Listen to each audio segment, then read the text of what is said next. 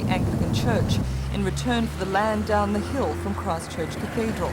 Two real estate agents we approached today differed by around $50,000. In all, the council valued these properties and 7 others in Addison Road, New Lambton at $450,000, which is what the land at the corner of Wolfe and King Streets has been valued at. According to one real estate agent, the bulk deal on the properties may account for the discrepancies and the low price, and also that there are no advertising costs and agents' fees involved in the deal.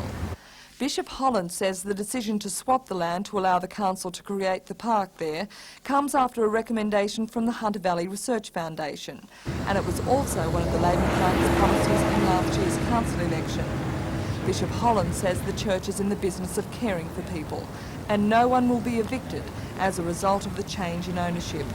Independent Alderman John Tate says he's concerned about the low valuations and the Lord Mayor's refusal at last night's council meeting to allow him to see the valuations before a decision was made. Available. I was very surprised to think that those valuations were not available last night, and when I asked if they could be available before the end of the meeting, I was even more surprised, because that is a complete departure from standard practice.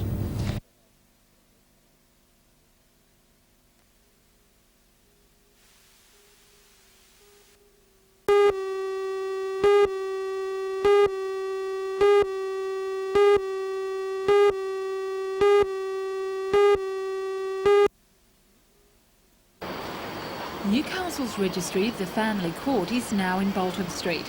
The modern 4-level building is a result of a cooperative effort by the government and free enterprise.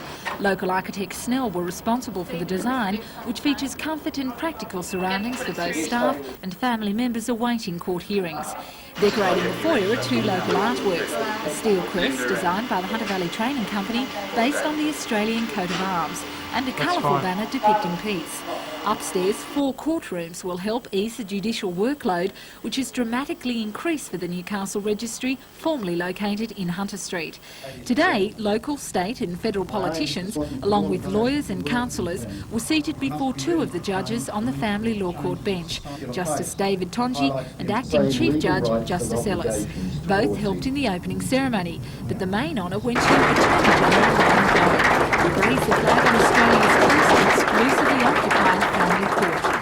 500,000 divorces have been recorded in the Family Law Court's 11-year history, and with Newcastle's catchment area exceeding 1 million people, Mr Bowen says the new premises will allow for a more efficient and effective service. A very big workload. Newcastle is quite a large regional area, and the amount of work here is quite substantial. The amount of work the court gets through is very good. It's a great tribute to all the staff and the judges here. But the premises they had were quite unsettled. We only had provision for 1 court, and again in premises that had been altered and remodelled.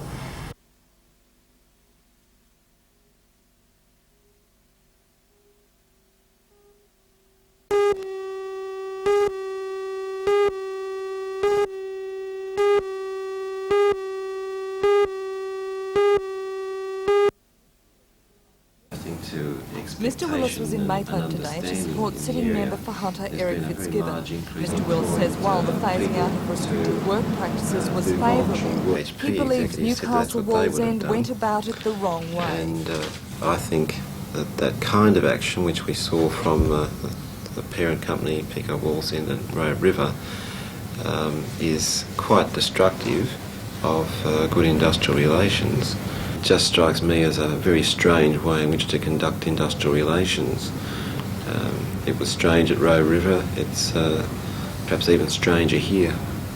While unable to confirm that Newcastle Wallsend's motives in initiating the confrontation with the union was to make industrial relations an election issue, Mr Willis said he has his suspicions. Mr Willis also outlined some of the amendments to the Industrial Relations Bill. He says if Labor wins the election and the bill is passed, it will give the new Industrial Relations Commission more power to impose non-monetary penalties on both employers and unions. Parties who refuse to abide by the Commission's decisions will be refused future access. In extreme cases, unions will face deregistration, and perhaps the most potent punishment for the working man will be the possible suspension or cancellation of award working conditions.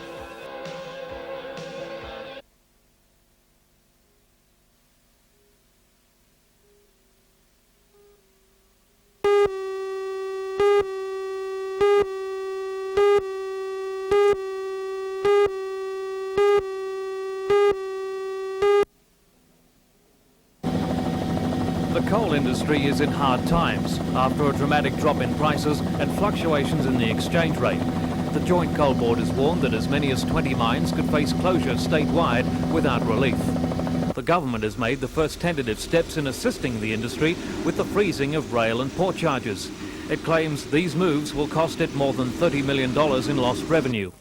However, Newcastle manager of the Coal Association, Rod Harrison, says that although the concessions are a move in the right direction, they do nothing to cut the costs being faced by the industry, which at the same time is being squeezed by low prices for coal. Another concession involves the timing of the royalty payment. Previously, it was payable by mine producers after the coal was washed. The coal could then sit in stockpile for some months before being sold. Now the royalty will be payable at the point of sale, bringing royalty and revenue into line. This will cost the government an estimated $12 million in lost interest. The benefit to the industry is that mines will not have to now finance that payment. A third initiative under consideration is the payment of royalties based on the moisture content of the coal. Details of this agreement have yet to be finalised. However, in the statement, the Premier, Mr Unsworth, signalled the important role which mining unions must play in the quest for reduced costs and efficiency. Alluding to work practices, the Premier called for cooperation in bringing about change in the industry to secure its future.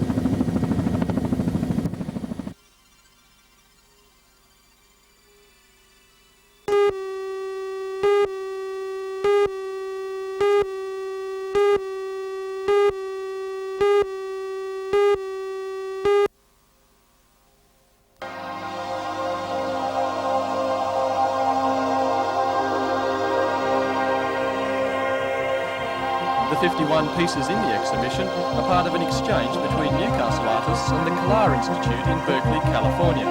They represent the latest thing in printing art in America, many of them using innovative and experimental techniques.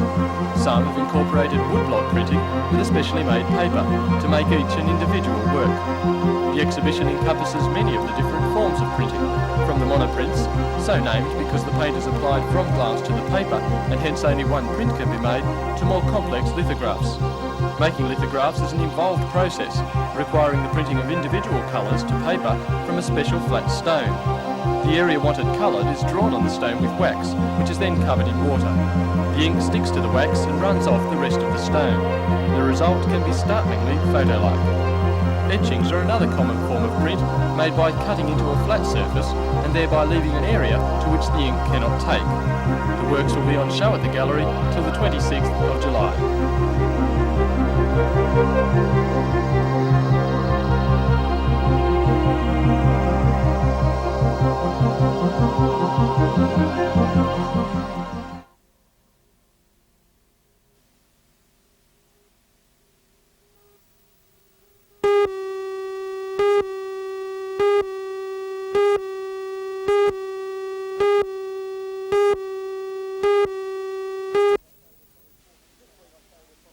This week I'd say we're probably 400 cattle up on last week. The season hasn't been all that good, although with the rain we've had in the latter part of last month and this month, we find that we're probably going to get through admirably, and then we come out for a decent spring. I think most of the graziers are gambling on just getting that fraction more rain as we get closer to the spring period. What about the quality of the animals? Well, the quality's hasn't been all that good as it could have been, naturally owing to the adversity of the season. Although the best calves here in the last, say, 5 or 6 weeks, the number 4 calves, they've all been making between 114 to 118 cents for the top quality heavy calves, and the next range of calves has sort of been making between 106 to 110 cents. Now the yards themselves, how have they been coping? Well, we haven't really had to try them over probably the last 6 or 8 months as far as numbers are concerned, but we have yarded in the vicinity of up to sort of 2,000 cattle here, and we've learned to use them. We've had to recycle the cattle as some have sold and weighed and put into the larger holding pens. We've been able to re-yard them and then continue on.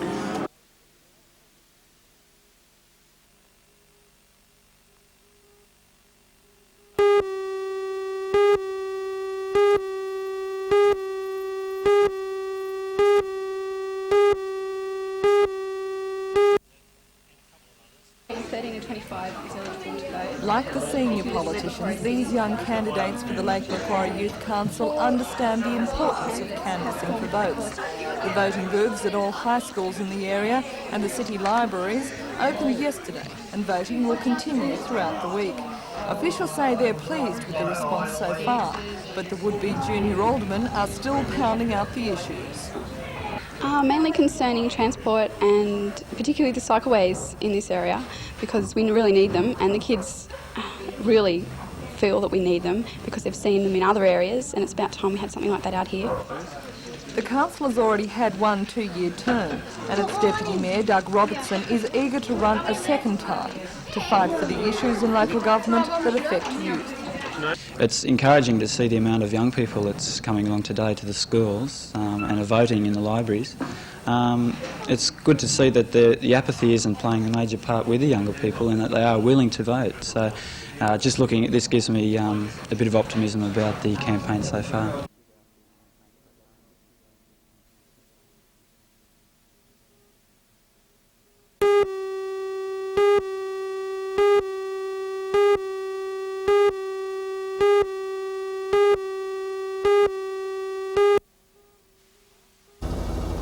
Last night, the state government's controversial new workers' compensation legislation came into effect.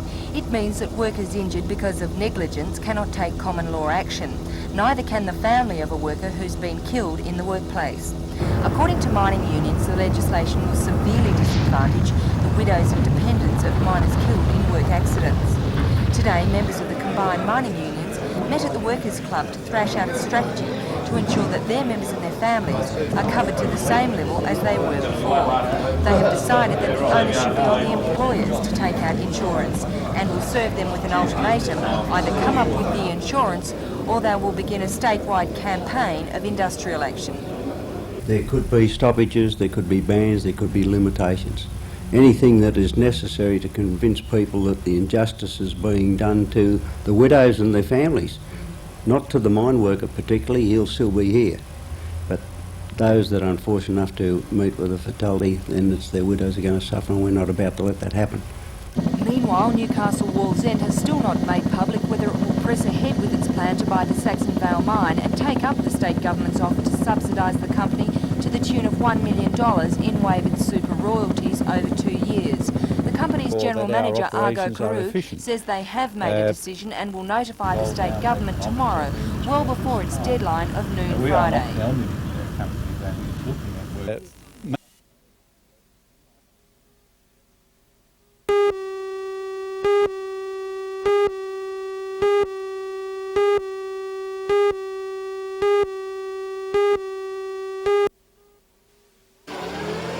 It's like peddling watches to the Swiss, selling wine to the French, an industry coup that's taken even Wyndham Estate by storm. 1,100 cases of premium whites and reds are destined for the restaurants and bars of Paris, the biggest consignment to be sent there by an Australian producer. Wyndham Estate is no stranger to overseas interest. France is the 20th country on its export list, but this latest buyer is also the sweetest. To sell wine into the country that is acknowledged as the home of wine is something that's a great thrill for us, great satisfaction for us, and more particularly for the Hunter Valley wine industry, I think. The estate's managing director, Brian McGuigan, says the 3 whites and 2 reds have received rave reviews, but selling to a member country of the EEC is not without its hiccups. There are 2 margins. Basically, there is a tax against us in various forms, sending wine into EEC countries, but then, of course, there's a margin for the distributor. But to give you an example, a bottle of wine that would sell here retail in Australia at about $8 would sell in France at the Australian equivalent of about $13. Mr McGuigan says the French are not fickle, and he predicts the perceptive Parisian palates will soon be crying out for more. The vines are now dormant, but Wyndham Estate hopes that by the time the new buds sprout in September, another 4 or 5 consignments will be on their way to the restaurants of Paris.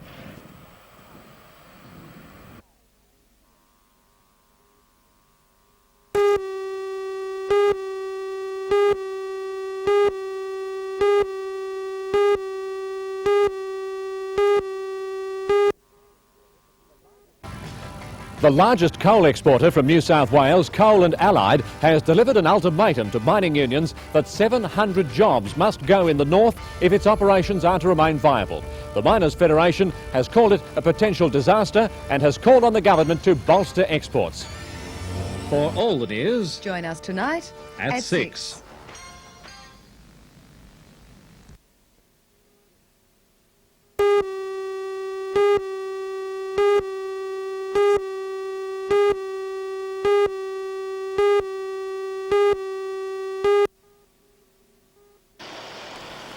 It seemed there were no restrictions on any competitor wanting to enter the Bay to Breakers run. Family teams, public service teams and fancy dress teams helped spread the message to passing motorists on what a fun run is all about. And although for some the going was a little hard, the 11-kilometre course beginning at Gosford and ending at Terrigal was a challenge to all runners. Throughout this week at the Gosford City Centre, sporting activities and information for both children and adults will promote the Gosford Fun and Fitness Week. The winner of yesterday's event in the men's was Newcastle's David Lightfoot in a time of 32 minutes 47 seconds. And in the women's, 14-year-old Susie Walsham from Sydney clocked in at 39 minutes 19 seconds. Although everyone can't make it to the finish line in first place, some competitors made sure they had a devil of a time trying.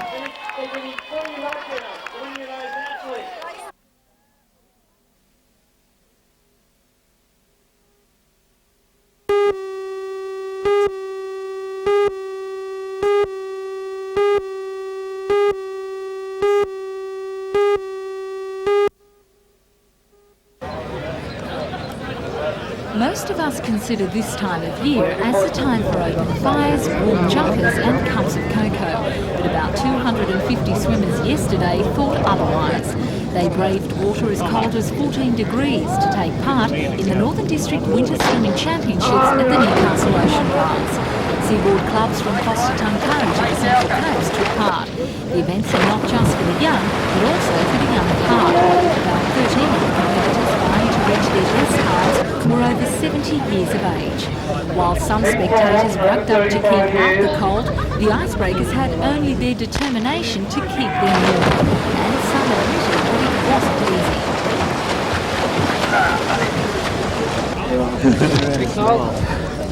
easy. Freezing.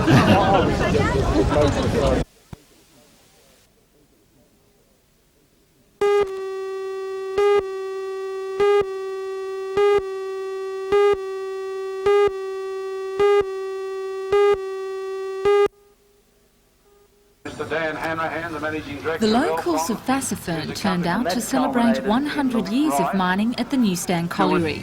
The centenary coincides with the colliery recently setting a new Australian record for coal production. But although there was much to celebrate, Mineral Resources Minister Ken Gabb explained that the industry is in a crisis and its future is unknown. Mr Gabb used the occasion to issue an ominous plea to the industry. I want to make a plea to mine workers to also play their part in the industry. I think we all accept that conditions which have been won in good times cannot always be sustained in bad times. And I would urge mine workers to continue to negotiate with mine owners to ensure that a cooperative approach will ensure that our industry survives and prospers in the future. The Miners' Union call for the establishment of a National Coal Marketing Authority was not discarded by the Minister, but he says strike action is not the way to achieve it. I'm perfectly happy to consider a coal marketing authority, but it would need to be a measure taken in cooperation between the Federal Government and the Queensland Government as well as the New South Wales Government.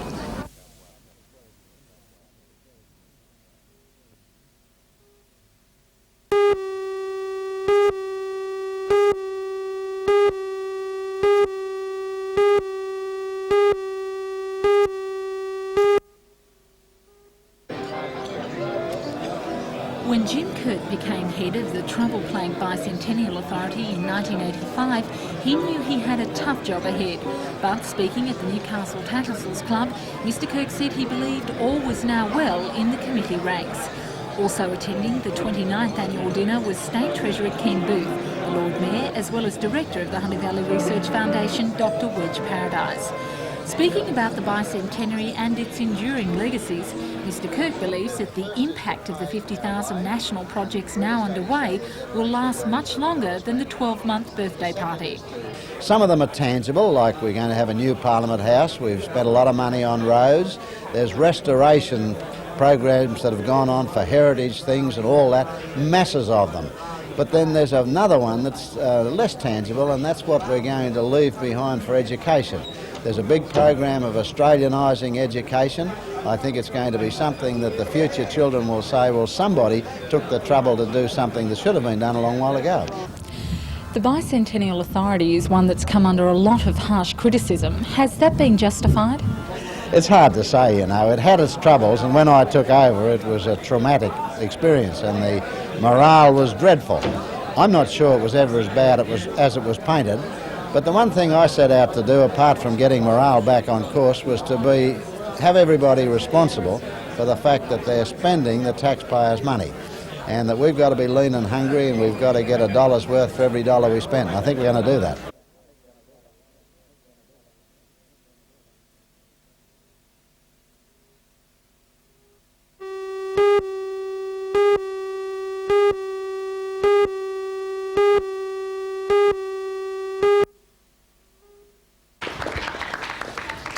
Ago, the 17 developmentally disabled people wouldn't have had the confidence to stand before a crowd and speak. But things have now changed, thanks to the united effort of Self-Ad Hunter and the Novocastrian Toastmasters Club. At a special dinner last night, the graduates were presented with their certificates by the Area Governor of Toastmasters, Alan Budd, and Chief Executive Officer of the Greater Newcastle Area Health Service, Dr. Owen James. According to its coordinator, the 8-week speechcraft course was modified to help promote confidence and communication skills among those who sought them. Many of these people were in the situation where they virtually couldn't hold a conversation with more than, say, 2 people. And we put them in the situation where they're speaking every week in front of a group of a couple of dozen. And we find that their self-confidence multiplies greatly over the time. So it's been a success? Oh, a huge success. And what's going to happen in the future? Will there be more programs like this one? I'd say so. We have estimated that there's probably about 2,000 people in the Hunter region who would fit into this requirement. And as for the graduates, the course has opened another door.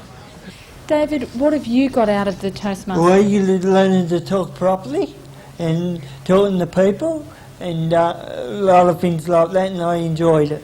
The Toastmasters course has shown me how to talk well in public, and it opens up a whole lot of doors in my future now, and I like to talk more about things and people out there. I wish them to do the same thing.